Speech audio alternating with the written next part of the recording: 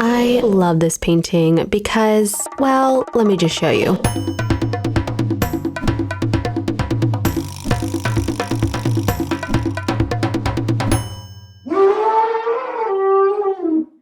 This piece is called Venus and Mars by Sandro Botticelli. It features the goddess of love, Venus, lounging in the woods with her lover, and the god of war, Mars. We catch them bathing in the afterglow of a certain activity. How do I say? Jumping bones, knocking boots, or possibly the best euphemism I've ever heard, giving one's arse a salad. So this situation is pretty strange, not just because they don't have any grass stains on their clothes, but also because Botticelli decided to add these half-goat, half-baby creatures. It's stunning, it's magical, it's not his most famous painting. Moving on then. Wait, what is this? No, sorry, I mean this. This is a piece of fuzzy fruit that has the power to magically transform Mars from an exhausted lover boy to a sleepy guy tripping on something called Beelzebub's Twinkie? Let's back up a bit, shall we? We're placed in a grassy patch of a forest overlooking a city. Venus props herself up on a red cushion, sitting relaxed but alert to the left of the painting. Her braided hair cascades down her back and attaches to her white dress with one single jewel. She's gorgeous. She's regal. She's pissed, I think? The only plausible response to a look like that is to either duck or run. But Mars seems completely unfazed. In fact, he's as limp as the thin single white cloth draped across his body. So I have questions. Like, why does Venus look like that? And why is Mars asleep? And why? Just why? Buckle in and grab some popcorn. Things are about to get freaky. So maybe it goes without saying that this isn't your typical 15th century painting. It's a lot weirder. But what's so wrong about two gods and a little birds and the bees action, right? Wrong. Because Venus is married, but not to Mars. She's married to the blacksmith Vulcan, the god of fire, and is cheating on him with Mars. The story goes that when Vulcan found out about Venus and Mars' illicit affair, he created a delicate net to trap them during one of their rendezvous. The net was so well constructed that Venus and Mars didn't even realize they were trapped. Vulcan then embarrassed the couple by inviting all the gods of Mount Olympus to stare at them and mock them. Mars' head tilts back so far that we can see up his nose.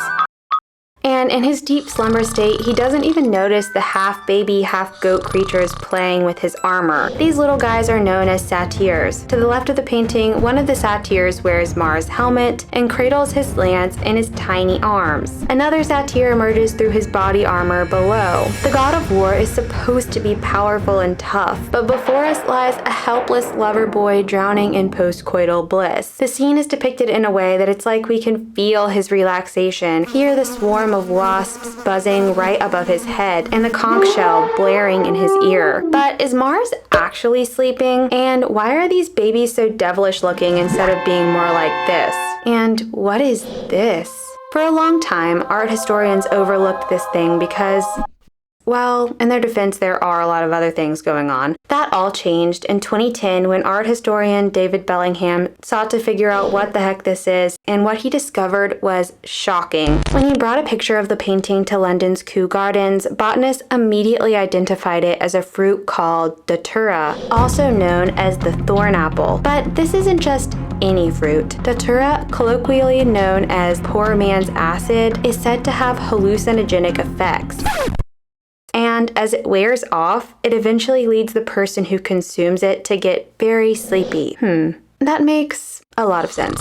Though some discount this theory, saying datura is native to North America, which wasn't explored by the Europeans until later that century. So it would have been impossible for Botticelli to have known about the fruit when he completed the painting in 1485. Bellingham also questions whether the two people are indeed Venus and Mars, since this was a modern title given long after the painting was finished. Alternatively, he suggests that the two people could represent Adam and Eve from the Bible, with the satyr deer representing the serpent, and the datura representing the forbidden fruit. It's believed that the painting was made to commemorate a wedding, because paintings that were shaped like this were usually hung in the bedchamber, which was less like a bedroom and more like a living room that the couple would invite guests into, and also a room the couple would meet to conceive a child. And it was believed at the time that if a woman gazed at a beautiful man, it made her more likely to produce a male offspring, which is what most everyone wanted at the time to carry on the family name. But who would have commissioned a painting like this from Botticelli? Well, these wasps might just give us a clue. The word for wasp in Italian is vespe, so it's believed that Botticelli could have been referencing the Vespucci family that commissioned other paintings from him during his career. Vespucci literally translates to little wasp.